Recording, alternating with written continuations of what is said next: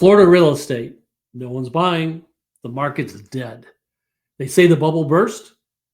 Florida real estate is tanking. Doom and gloom, right? Everyone's quitting. Well, I think they're wrong about that. Let's take a look. Let's look at the data. Let's draw our conclusions. Let's get through the data when we return. But most importantly, let me walk you through my plan for buyers and my different plan for sellers. I'll be right back.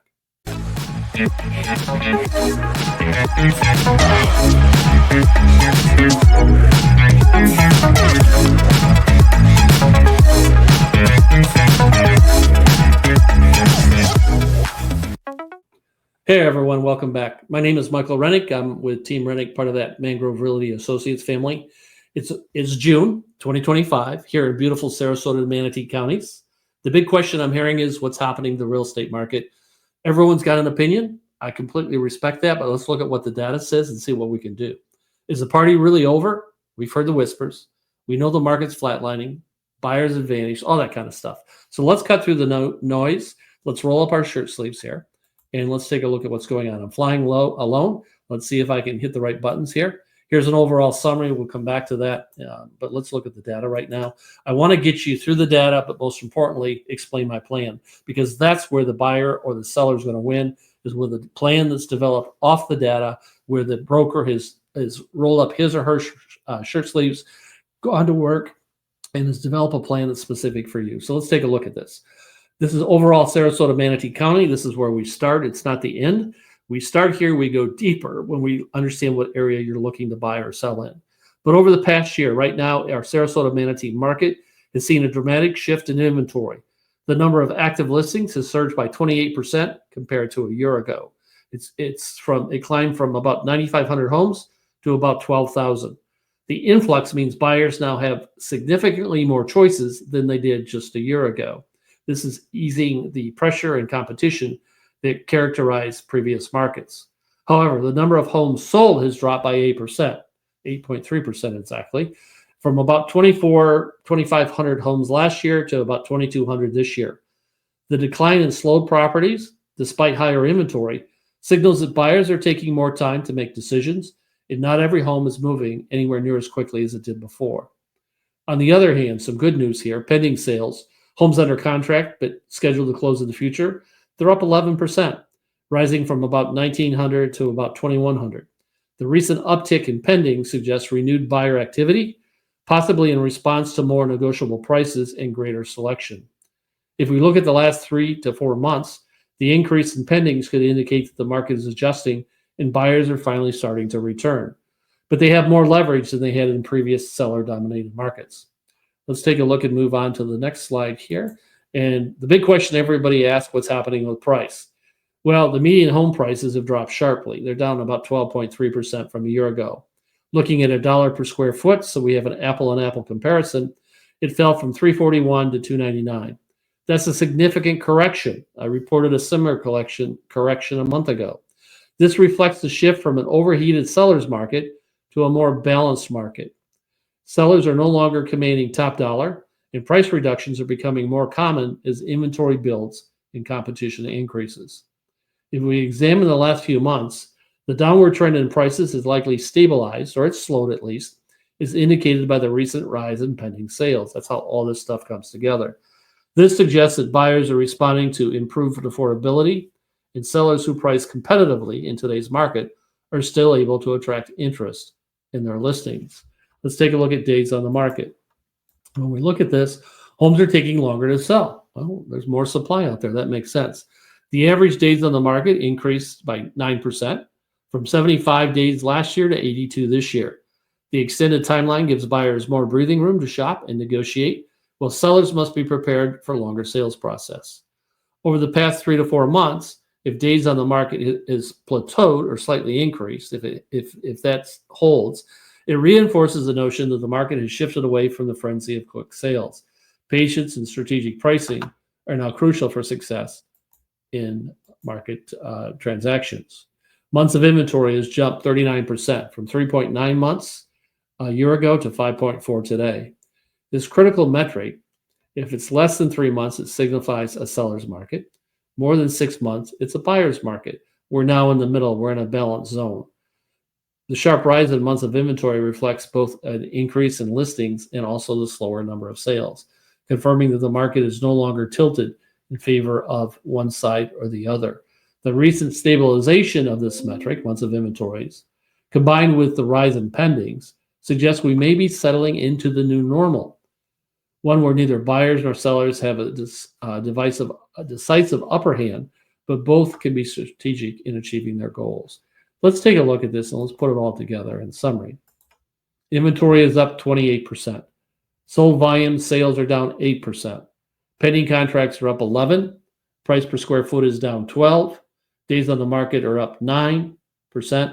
And months of inventory set at 5.4 months versus was a 39% increase. We've moved into a balanced market. So let's put this into a blender. Let's mix it all up. From a high level, we use this data to generate a plan for my buyers or my sellers to win. Now, this is high level. It's Sarasota Manatee County. We need to go deeper, but I want to expose you to the process here. So given where we're at today, first of all, if you're working with a broker that doesn't understand the dynamics of the market, I don't understand how they can set you up to win. It's so important to look at the data to put you in the right position. So let's look at this. We can leverage choices and inspection power. Let's talk about the buyer plan first, and then we'll come back to the seller plan. With 12,000 homes on the market, buyers have options.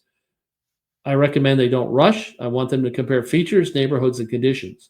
We can line up multiple showings on the same day to optimize their time and ensure they're making apples-to-apple comparisons. I maintain an up-to-date MLS feed and proprietary alert system. As soon as a desirable property hits the market, I'll have the buyers there, often before the public open house. Early access means less competition for my buyers. Why does this matter? Why does price matter? The median price at $299 a square foot, trending between $295 and $300 for the past quarter. Again, overall average. Overpriced homes setting above $310, they tend to set. We're going to craft offers pegged to fair market value, include concessions that matter to the seller. Concessions the buyers want, but the seller's willing to entertain. Flexible closing dates, earnest money deposits, inspection allowances speed their timeline. When we look at this, it's important that we use this and the other metrics so that my buyers can win. Looking at days on the market, with 82 days, sellers are more willing to negotiate on repairs or on credits. We want to leverage that. We use inspection contingencies strategically, inspecting early to uncover any issues, then submitting only one round of repair requests that shows sellers were serious about safeguarding everyone's interest and very serious about the buy side, obviously. When we look at price, although prices have dipped 12% since last year, Sarasota Manatee's long-term fundamentals, beach access, no state income tax, strong job growth, they haven't changed. If you lock in a home now, equity growth is likely as the inventory tightens further down the road. It still could be a very good time to buy.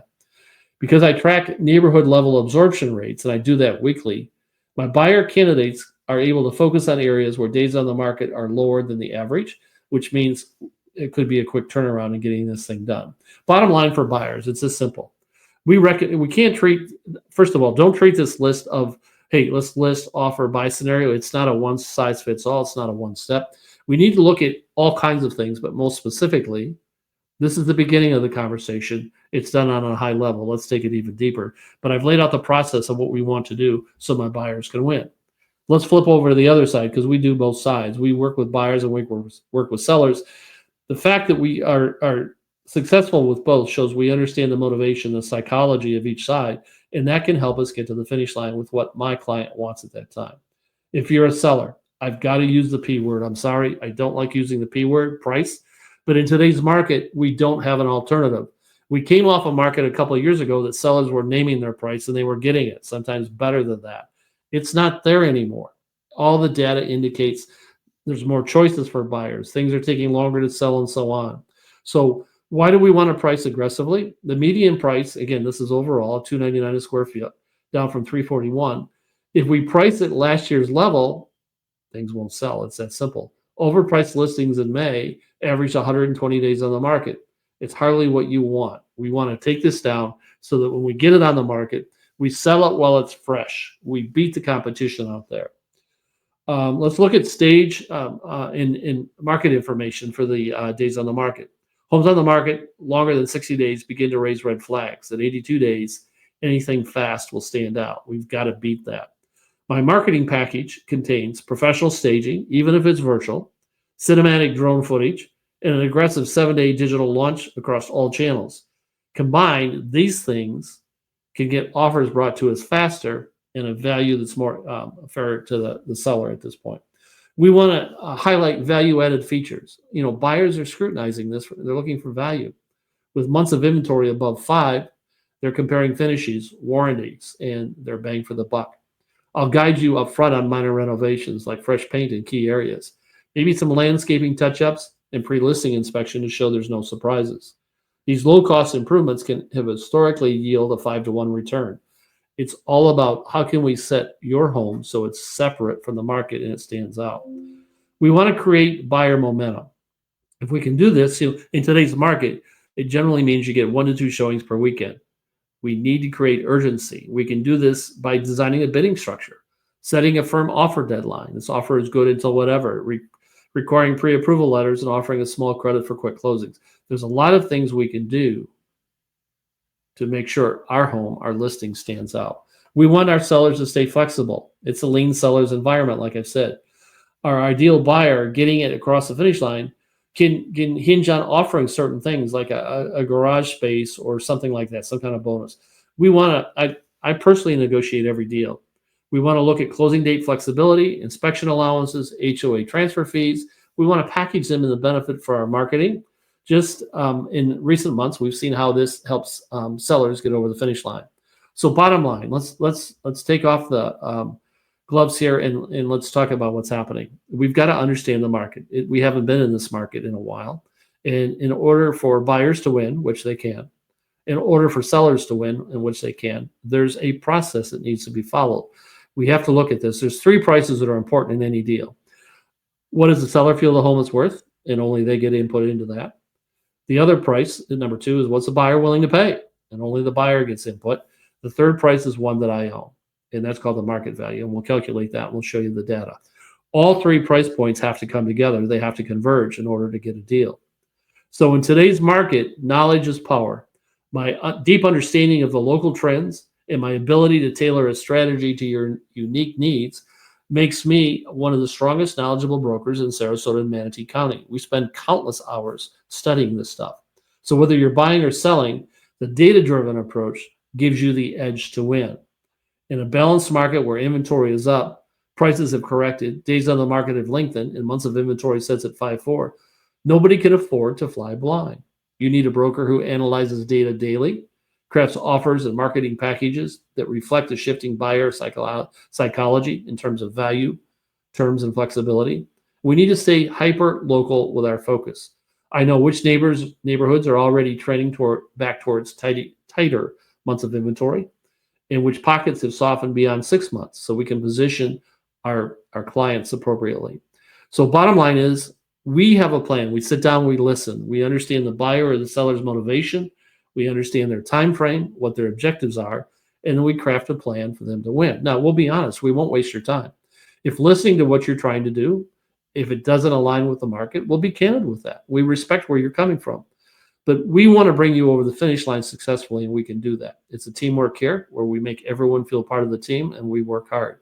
So when you combine all the data, you combine the technology, and we're leading edge with technology, there's one thing we bring that separates us from many of the others, but it's the one thing that makes us successful. In addition to all the other above, it's called plain old-fashioned hard work. That's what we offer. Let's not end this conversation here. Let's continue it. Give me a call on my cell phone. I'm happy to work with you, no obligation. Let's sit down and look at what the market means for what your objectives are. We'll be candid, we'll be honest, and then you can determine whether Team Renick is the right set of brokers for you. My direct cell, because I want my clients to have access to me when it's convenient for you and not go through an office phone system. My direct cell is 941-400-8735. Let's continue this conversation. I look forward to hearing from you. Take care, and thanks for watching this video.